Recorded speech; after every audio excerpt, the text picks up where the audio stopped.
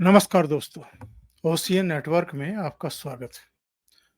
जम्मू कश्मीर विधानसभा के चुनाव में 370 अहम यानी कोर मुद्दा बनने जा रहा है और ऐसा भारतीय जनता पार्टी ने ऐसा लगता है कि फैसला कर लिया है कि इसी को कोर मुद्दा बना करके तीनों दलों को यानी फारूक अब्दुल्ला और उमर अब्दुल्ला के नेतृत्व वाली नेशनल कॉन्फ्रेंस को भी, महबूबा मुफ्ती के नेतृत्व वाली पीडीपी को भी और उनके साथ खड़ी हुई दिख रही कांग्रेस पार्टी को भी कटघरे में खड़ा कर दिया जाए। अमित शाह ने 10-12 कठिन प्रश्न पूछे हैं राहुल गांधी और कांग्रेस पार्टी से और उनकी देखा देखी पूरे देश में जहां जहां इनकी सरकारें हैं यानी भारतीय जनता पार्टी की, उनके जो चीफ मिनिस्टर हैं, जहां सरकारें नहीं भी हैं, वहां जो इनके प्रदेश अध्यक्ष हैं, जो पदाधिकारी हैं, उन्होंने भी मीडिया से बात करते हुए ये सवाल हर जगह कांग्रेस से और राहुल गांधी से पूछे हैं। सवाल क्या है?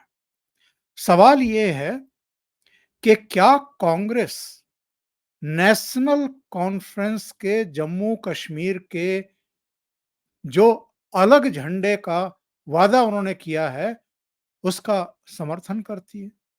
यानी जम्मू कश्मीर का फिर से अलग झंडा हो, क्या कांग्रेस इसका समर्थन करती है? दूसरा सवाल ये पूछा है, क्या राहुल गांधी और कांग्रेस पार्टी जेकेएनसी यानी जम्मू कश्मीर नेशनल कॉन्फ्रेंस के अनुच्छेद 370 और 35 ए को बहाल करने और इस तरह जम्मू कश्मीर को अशांति और आतंकवाद के युग में धकेलने के फैसले का समर्थन करती? तीसरा सवाल जो उनसे पूछा गया है वो ये, क्या कांग्रेस कश्मीर के युवाओं के बजाय पाकिस्तान के साथ बातचीत में शामिल होकर फिर से अलगाववाद को बढ़ावा देने का समर्थन करती है? चौथा सवाल, क्या कांग्रेस पार्टी और राहुल गांधी नेशनल कॉन्फ्रेंस के पाकिस्तान के साथ एलओसी व्यापार शुरू करने के फैसले का समर्थन करते हैं, जिससे सीमा पार आतंकवाद और उसके जो पारिस्थितिकी ये तंत्र है, उसका पोषण होता रहा है? पांचवा सवाल ये पूछा गया, क्या कांग्रेस आतंकवाद और पत्थरबाजी में शामिल लोगों के रिश्तेदारों को सरकारी नौकरियों में बहाल करने का समर्थन करती है, जिससे आतंकवाद, उग्रवाद और हड़तालों का युग वापस लौट आए घाटी में? छठा सवाल ये पूछा गया कि गठबंधन ने कांग्रेस पार्टी के आरक्षण विरोधी रुख को उजागर कर दिया है। कांग्रेस पार्टी के साथ कल ही इन्होंने अपने गठबंधन का ऐलान किया है। फारूक अब्दुल्ला ने कहा कि साहब दोनों मिलकर के चुनाव लड़ेंगे। तो ये छठा सवाल पूछा है अमित शाह ने और भारतीय जनता पार्टी ने, और ये टिप्पणी की है कि चूंकि नेशनल कॉन्फ्रेंस आरक्षण का विरोध कर रही है, तो कांग्रेस पार्टी क्या आरक्षण का विरोध कर रही है उसके साथ गठबंधन में जाकर के? क्या कांग्रेस दलितों को, गुज्जरों को, बकरवालों को, पहाड़ी समुदाय को जो आरक्षण दिया जा रहा है, उसका विरोध कर रही है? और चूंकि नेशनल कॉन्फ्रेंस उसका विरोध कर रही है, तो क्या वो नेशनल कॉन्फ्रेंस का इस मुद्दे पर समर्थन कर रही है? सातवां सवाल ये पूछा गया, क्या कांग्रेस चाहती है शंकराचार्य हिल का नाम बदल करके तख्ते सुलेमान कर दिया जाए और हरी हिल को कोयन मारन जो है उस नाम से जाना जाए? आठवां सवाल ये पूछा गया है, क्या कांग्रेस जम्मू कश्मीर की अर्थव्यवस्था को भ्रष्टाचार में धकेलने और इसे चुनिंदा पाकिस्तान समर्थित परिवारों को सौंपने की राजनीति का समर्थन करती है? नौवां एक और अहम सवाल पूछा गया है, क्या कांग्रेस जम्मू और घाटी के बीच भेदभाव की नेशनल कॉन्फ्रेंस की राजनीति का समर्थन करती है? और ये कांग्रेस के लिए बहुत कठिन प्रश्न है। 10वां सवाल, क्या कांग्रेस पार्टी और राहुल गांधी कश्मीर को स्वायत्तता देने की जम्मू कश्मीर नेशनल कॉन्फ्रेंस की विभाजनकारी राजनीति का समर्थन करती है? ये सवाल क्यों पूछे गए हैं कांग्रेस पार्टी से? क्योंकि कांग्रेस पार्टी इस समय जम्मू कश्मीर में सबसे कमजोर धरातल पर खड़ी हुई है, बहुत पिलपिले धरातल पर खड़ी हुई है। अभी लोकसभा के चुनाव हुए हैं, एक भी सीट पर कांग्रेस पार्टी को जीत हासिल नहीं हुई है, कामयाबी नहीं मिली है। दूसरी सबसे कमजोर सतह पर खड़ी दिखने वाली पार्टी है महबूबा मुफ्ती की पीडीपी,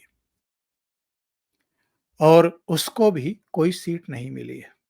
बल्कि महबूबा मुफ्ती तो लोकसभा का चुनाव भी बुरी तरह से हारी है। नेशनल कॉन्फ्रेंस का जो प्रभाव है वो घाटी में है। दक्षिण घाटी के इलाके में अभी भी पीडीपी का ज्यादा प्रभाव है नेशनल कॉन्फ्रेंस के मुकाबले, पर ऊपर नेशनल कॉन्फ्रेंस का है। ऐसे में जबकि इन्होंने महबूबा मुफ्ती को अपने गठबंधन में शामिल नहीं किया है, और महबूबा मुफ्ती का और नेशनल कॉन्फ्रेंस का जो घोषणा पत्र सामने आया है, उसको अगर हम जरा ध्यान से देखें तो दोनों में कोई फर्क नहीं है। दोनों 370 वापस लाने की वकालत कर रहे हैं। इसके अलावा भी जो नेशनल कॉन्फ्रेंस का इनका घोषणा पत्र है, उसमें क्या कहा गया है, हम अनुच्छेद 370 35 ए को बहाल करने और 5 अगस्त 2019 से पहले की स्थिति में राज्य का दर्जा बहाल करने का प्रयास करेंगे। अंतरिम अवधि में हम जम्मू कश्मीर पुनर्गठन अधिनियम 2019 और केंद्र शासित प्रदेश जम्मू और कश्मीर सरकार के कामकाज के नियम 2019 को फिर से तैयार करने का प्रयास करेंगे। यानी 5 अगस्त 2019 को जो स्पेशल स्टेटस जम्मू कश्मीर का मोदी सरकार ने खत्म कर दिया था, 370-35 से खत्म कर दिया था, ये कह रहे हैं कि हम उसको बहाल कर देंगे और 2019 से पहले की जो स्थिति है, हम उसको भी बहाल कर देंगे। इसके अलावा ये कहते हैं कि साहब, जम्मू और कश्मीर विधानसभा चुनाव के बाद अपने कामकाज की पहली सूची में क्षेत्र के राज्य के दर्जे और विशेष दर्जे को छीनने के केंद्र के फैसले के खिलाफ एक प्रस्ताव पारित करेंगे। 5 अगस्त 2019 के बाद के उन कानूनों को संशोधित, रद्द और निरस्त कर देंगे।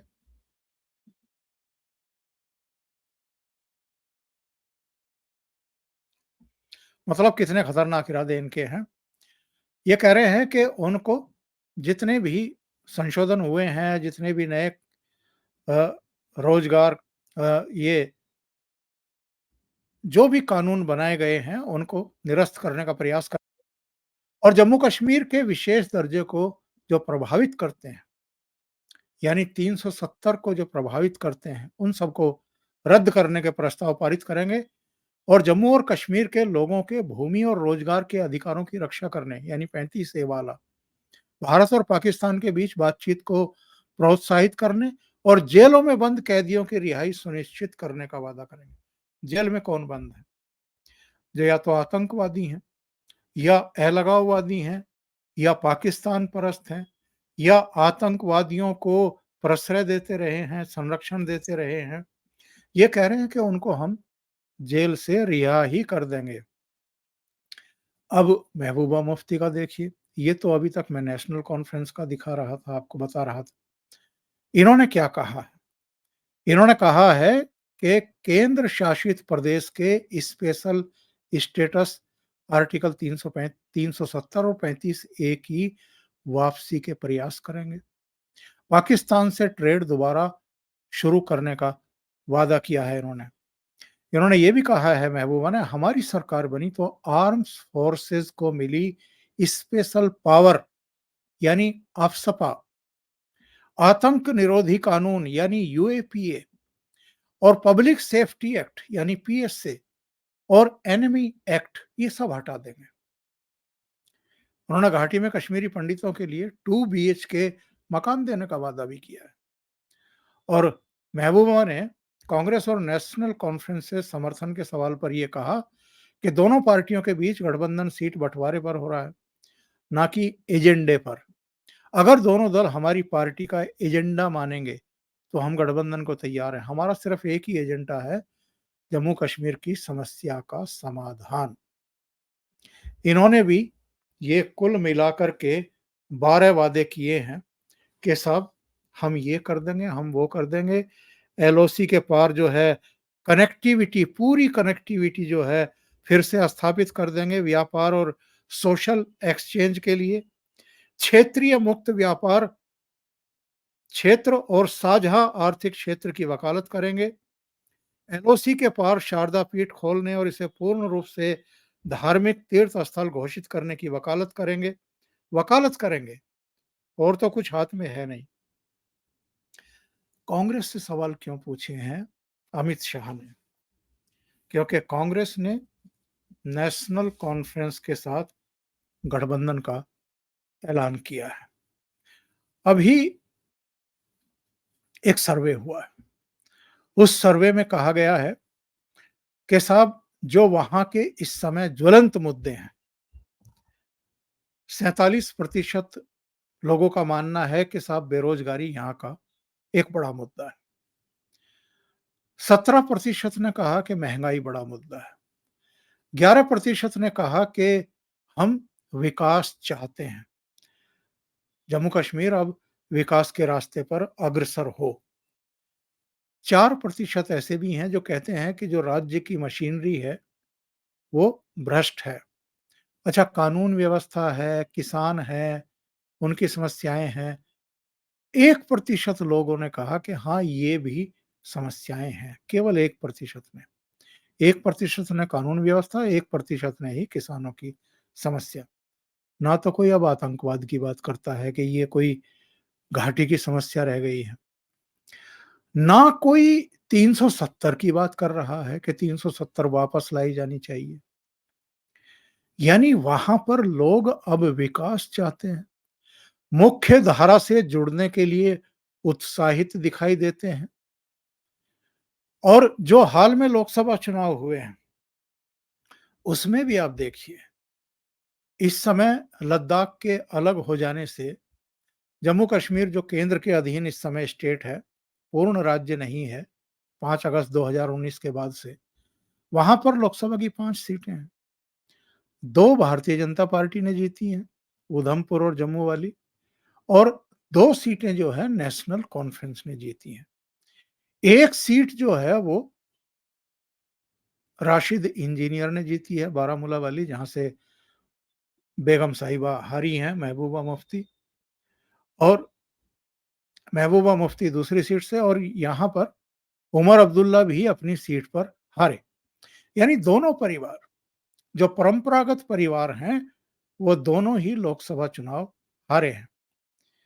जो 2024 के लोकसभा चुनाव में बढ़त मिली, 90 सीटें हैं इस समय परिसीमन के बाद, 29 सीटों पर तो भारतीय जनता पार्टी को बढ़त मिली है, 34 सीटों पर नेशनल कॉन्फ्रेंस को बढ़त मिली। इसका मतलब क्या है? इसका मतलब ये है कि जम्मू कश्मीर में जो चुनाव होने वाले हैं विधानसभा के, इन 2 पॉलिटिकल पावर्स के बीच में, ताकतों के बीच में ही चुनाव होने वाले हैं। और जिस कांग्रेस ने नेशनल कॉन्फ्रेंस के साथ गठबंधन किया है, लोकसभा चुनाव में केवल 90 में से 7 सीटों पर ही उसको बढ़त मिली है। इससे ज्यादा तो राशिद इंजीनियर की जो पार्टी है उसको 14 सीटों पर मिल गई। कांग्रेस को 7 सीटों पर और राशिद इंजीनियर की पार्टी को 14 सीटों पर, दोगुनी सीटों पर बढ़त मिली है। केवल 5 सीटों पर महबूबा मुफ्ती की पार्टी को और 1 सीट पर सज्जाद लोन की जो पार्टी है पीपुल्स कॉन्फ्रेंस, उसको बढ़त मिली है। अब स्थिति क्या है साहब? नेशनल पार्टी के नाम पर तो ये 2 ही पार्टियां हैं। एक आपकी कांग्रेस पार्टी और एक भारतीय जनता पार्टी। कांग्रेस जो है वो जम्मू कश्मीर में हाशिए पर चली गई है और अब जो कांग्रेस पार्टी की दुखती रग एक तरीके से पकड़ ली है अमित शाह और भारतीय जनता पार्टी ने, सीधा अटैक किया है कि बताइए 370 का समर्थन करते हैं या विरोध करते हैं, यानी 370 हटाए जाने के पक्ष में हैं या विपक्ष में हैं। और ये कठिन सवाल इसलिए पूछा है क्योंकि घाटी की ज्यादातर सीटों पर नेशनल कॉन्फ्रेंस चुनाव लड़ेगी और कांग्रेस का 2014 तक भी जो थोड़ा बहुत प्रभाव था नीचे जम्मू संभाग में, और उसके बाद तो वो भी खत्म हो गया। ये जो अभी 7 सीटों पर इनको बढ़त मिली है पूरे जम्मू कश्मीर में, 90 सीटों में 7 सीटों पर, इनमें से केवल 2 सीटें ऐसी हैं जो हिंदू बाहुल्य हैं। बाकी 5 सीटें ऐसी हैं जहां मुस्लिम डोमिनेशन है। तो ऐसे में आप बहुत अच्छे तरीके से समझ सकते हैं कि नीचे यानी जम्मू क्षेत्र में जितनी भी सीटें नेशनल कॉन्फ्रेंस इनको देगी बराए मेहरबानी, उस पर इनका परफॉर्मेंस कैसा रहने वाला है। भारतीय जनता पार्टी ने 370 को कोर इश्यू बना करके कांग्रेस पार्टी को एक तरीके से बैकफुट पर डाल दिया है।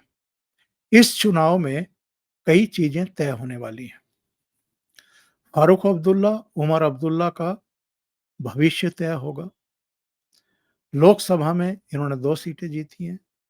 घाटी में इनका असर है लेकिन नीचे नहीं है। यहां अब भारतीय जनता पार्टी का असर है, कांग्रेस का असर नहीं है।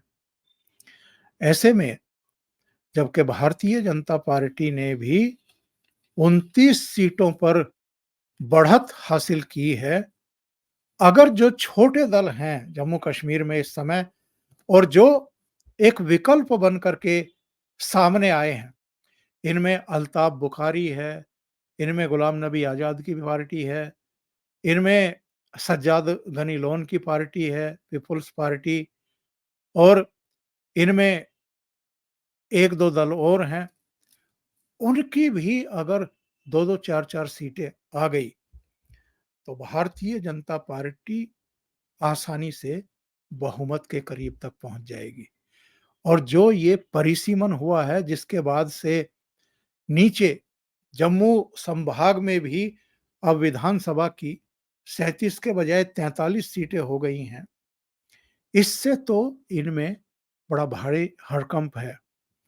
ये देखना बड़ा दिलचस्प होगा कि पीडीपी और सिमटती है, यानी जितनी बढ़त मिली है उससे भी और नीचे जाती है, 1-2 सीटों 2-3 सीटों पर ही कामयाब रह पाती है या कुछ ऐड करती है। और वो क्या उतनी ताकत लेकर के आएगी कि वो किसी की सरकार बना सके या बिगाड़ सके? सज्जाद लोन का उत्तरी कश्मीर में थोड़ा बहुत असर है और वो विकल्प के तौर पर इस चुनाव में उभर सकते हैं। वो जितना उभरेंगे उतना नेशनल कॉन्फ्रेंस को और पीडीपी को नुकसान होगा। और सज्जाद लोन चूंकि भारतीय जनता पार्टी के प्रति सॉफ्ट कॉर्नर रखते हैं, इसलिए भारतीय जनता पार्टी को उसका फायदा हो सकता है। भारतीय जनता पार्टी का प्लस पॉइंट ये भी है कि 370 हटाए जाने के बाद से जम्मू कश्मीर में आतंकवाद जो है वो बिल्कुल एकदम खत्म होने के कगार पर पहुंच रहा है। कभी-कभी फ्रस्ट्रेशन में अपनी उपस्थिति दर्ज कराने के लिए या माहौल खराब करने के लिए, लोगों को डराने धमकाने के लिए कुछ-कुछ वारदातें होती हैं, टारगेटेड हिंसा होती है। लेकिन लोग भी समझ रहे हैं कि अब विकास की ज़रूरत है, रोज़गार की ज़रूरत है, वहाँ इंफ्रास्ट्रक्चर मजबूत करने की ज़रूरत है। और जो माहौल बदला है, जिस तरीके से वहाँ पर्यटक पहुँचे हैं, 2023 के ही आंकड़े मेरे पास हैं, 2 करोड़ 11 हज़ार लोग पहुँचे हैं पर्यटक। इससे वहाँ रोज़गार जनरेट होते हैं और वहाँ लोगों के घर-परिवार चलते हैं। कोई नहीं चाहता है कि निर्दोषों के खून बहाए जाएँ, इंसर्जेंसी हो, आतंकवाद हो, इस तरह की चीज़ें हों। ये भारतीय जनता पार्टी के पक्ष में चीज़ें जा रही हैं। इसके अलावा जो पहाड़ी समुदाय को, ख़ास तौर से पुंछ और राजौरी वगैरह का जो इलाका है, वहाँ जो अनुसूचित जाति का और जनजाति का दर्जा दिया गया है, अनुसूचित जाति का दर्जा दिया गया है। भारतीय जनता पार्टी के जो नेता हैं, उनका मानना है कि वहाँ जो 8 सीटें हैं विधानसभा की, उनमें से 5 भारतीय जनता पार्टी इस बार जीत सकती है। और कांग्रेस का कुल मिलाकर के जोर इस बात पर है कि भारतीय जनता पार्टी को पिछली बार जितनी सीटें मिली थी, उतनी सीटें इस बार ना मिलने पाएँ। 2014 में लास्ट चुनाव हुआ था। तब पीडीपी को सबसे अधिक 28 सीटें मिली थी। भारतीय जनता पार्टी को 25 सीटें मिली थी। नेशनल कॉन्फ्रेंस को 15 और कांग्रेस पार्टी को 12 सीटें मिली थी। अगर हम वोट शेयर की बात करें, तो भारतीय जनता पार्टी को सबसे अधिक वोट शेयर मिला था 22.98 22.98। इसके बाद पीडीपी का 22.67%, फिर नेशनल कॉन्फ्रेंस का 20.77% और सबसे नीचे कांग्रेस 18%। इस बार बहुमत जो है वो 46 सीट वाले पार्टी को या गठबंधन को मिलेगा, क्योंकि 90 सीटें हैं। पिछली बार 44 का आंकड़ा था, क्योंकि 87 सीटें थी। तो सबकी निगाहें जम्मू कश्मीर पर रहेंगी और जो दांव इस समय भारतीय जनता पार्टी ने कांग्रेस के खिलाफ चल दिया है, उससे ऐसा लगता है कि खास तौर से जहां नेशनल कॉन्फ्रेंस इसको चुनाव लड़वाएगी, उस जम्मू रीजन में उसको जवाब देना पड़ेगा कि वो नेशनल कॉन्फ्रेंस के 370 वापसी के वादे के साथ है या विरोध में है, पाकिस्तान के साथ बातचीत के पक्ष में है या विरोध में है। 10 सवाल पूछे हैं अमित शाह को। कांग्रेस घिर गई है इन मुद्दों पर, उसको बताना पड़ेगा कि उसका क्या स्टैंड है। अगर वो 370 वापसी की बात करती है, तो जम्मू रीजन में उसको बड़ा नुकसान होगा और जो उसका सपना है कि भारतीय जनता पार्टी को किसी तरीके से 20 सीटों से नीचे रोक दिया जाए, वो उसका सपना पूरा नहीं होगा। अभी के लिए इतना ही। बहुत बहुत धन्यवाद। अगर आपको ये चैनल और इसके कंटेंट पसंद आ रहे हैं, तो लाइक करें, कमेंट करें, वीडियो को शेयर भी करें। अभी तक अगर आपने ये चैनल सब्सक्राइब नहीं किया है, तो सब्सक्राइब कर लें और साथ में लगे बेल आइकॉन को दबा दें, ताकि आगे आने वाले वीडियो और उनके नोटिफिकेशन आप तक पहुंचते रहें। बहुत बहुत धन्यवाद। नमस्कार।